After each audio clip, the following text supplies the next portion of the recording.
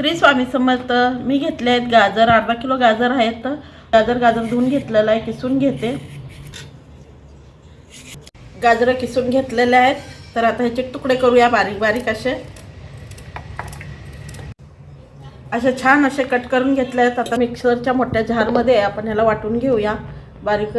आणि 1 वाटी साखर, अर्धी वाटी दूध गरम करून थंड केलेलं दूध.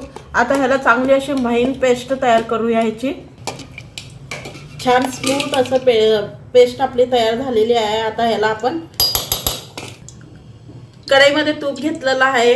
1-2 चमचा, 2 मोठे चमचा तूप घेतलेलं आहे. आता हे सर्व आपण तुपामध्ये घालून घेऊया मस्त पैकी. आता याला शिजून घेऊया, छान असं शिजून घेऊया. पूर्ण पाणी सुकायला पाहिजे ह्याचं.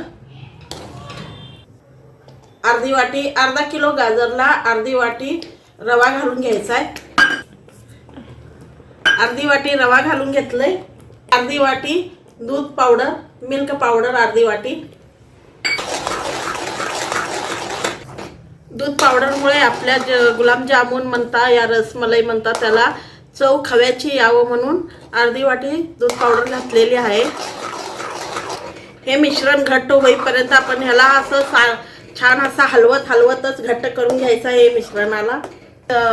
हे मिश्रण असं घट्ट झालेलं आहे. आता ह्याला आपण थंड करायला ठेवूया. दुसरीकडे रबडी तयार.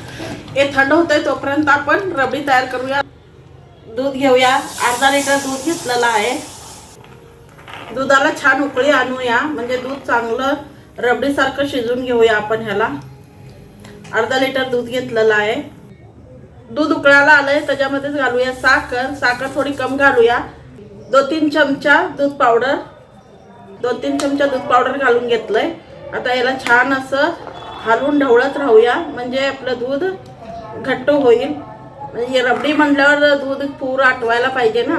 आणि साईडची अशी मलाई सगळं त्याच्यातच घालून घ्यायचं आहे, मिक्स करायचं आहे असं खरडून. फ्रूट कलर घालत आहे, जो असा असतो ऑरेंज कलर घातलेला आहे. ड्रायफ्रूट घालून घेऊया. थोडेसे बदाम,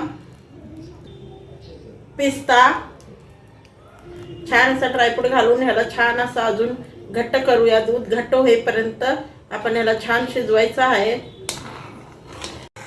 छान अशी आपली रबडी तयार झालेली आहे बघा, बघू शकता तुम्ही.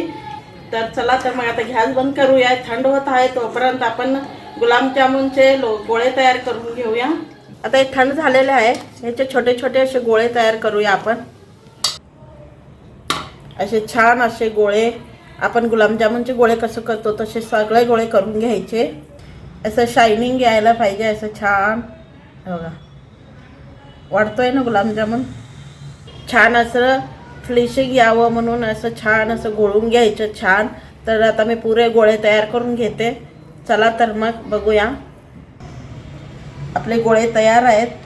तर चला तर मग ह्यांना आता आपण डेकोरेट करूया. गुलाबजामुन आपण रबडीमध्ये असं घालून घेऊया. तर बघा, खव्याचे नॉर्मल गुलाबजामुन सगळेच खाल्ले आहोत, पण कधी तुम्ही गाजराचे गुलाबजामुन खाल्लात का? तर बघा किती छान होतात. तुम्ही कधी रबडी सोबत खाल्लात का गुलाबजामुन? छान होतात. तोंडात घालताच का 100 पटीने चव वाढवते. एकदा तुम्ही करूनच पहा. तर एक नवीन ट्रिक छान वाटती ना. तर चला तर मग छान असं ड्रायफ्रूट किती छान वाटतं बघा. एकदा करून पहा, नक्की आवडेल तुम्हाला ही रेसिपी. कोणी घरात पाहुणे आले तर किती छान वाटते बघा. एक नवीन रेसिपी छान वाटते. तर हे बघा, तुम्हाला एक तोडून दाखवते. रबडी सोबत किती छान लागतो. असं छान होतात. तुम्ही एकदा करून पहा. चला तर मग या खायला.